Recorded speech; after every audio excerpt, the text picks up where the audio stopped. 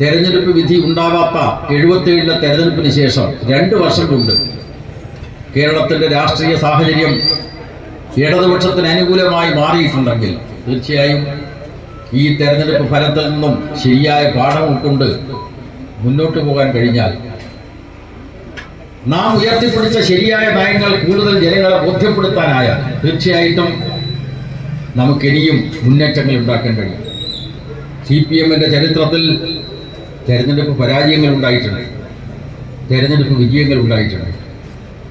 ഓരോ ഘട്ടത്തിലും പാർട്ടി പ്രതിനിധാനം ചെയ്യുന്ന വർഗങ്ങൾ, ജനവിഭാഗങ്ങൾ അവരുടെ താല്പര്യങ്ങൾക്ക് വേണ്ടിയുള്ള സമര പോരാട്ടങ്ങളാണ്, ഉറച്ച നിലപാടുകളാണ് പാർട്ടി കൈക്കൊണ്ടിട്ടുള്ളത്.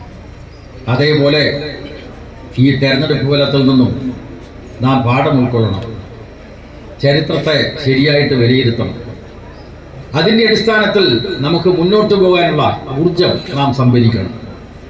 നിങ്ങൾക്കറിയാം, 5 വർഷം മുമ്പാണ് 2019 ലോക്സഭാ തെരഞ്ഞെടുപ്പ് നടന്നത്. കേരളത്തിൽ 20-ൽ 1 സീറ്റ് മാത്രമാണ് ഇടതുപക്ഷത്തിന് കിട്ടിയത്. 2 വർഷം കഴിഞ്ഞ് 2021 നിയമസഭാ തെരഞ്ഞെടുപ്പ് നടന്നപ്പോൾ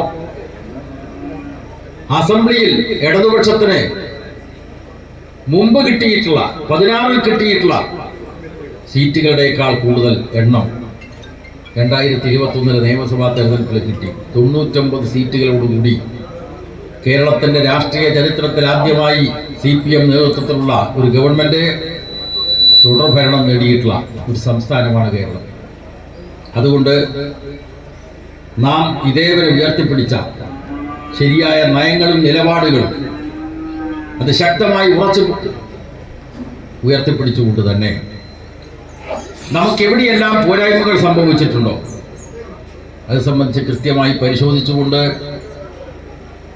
അതിൽ നിന്ന് പാഠം ഉൾക്കൊണ്ടുകൊണ്ട് മുന്നോട്ട് പോകാനായാൽ തീർച്ചയായും നമുക്കിനിയും തിരഞ്ഞെടുപ്പ് മുന്നേറ്റങ്ങൾ ഉണ്ടാക്കാൻ കഴിയും. പരാജയപ്പെട്ടാലും വിജയിച്ചാലും എപ്പോഴും ജനങ്ങൾക്കൊപ്പം നിൽക്കുക എന്നതാണ് കമ്മ്യൂണിസ്റ്റ് പ്രസ്ഥാനം നമ്മെ പഠിപ്പിച്ചത്. ആ പാഠം ഉൾക്കൊണ്ടുകൊണ്ട് മുന്നോട്ട് പോകണം.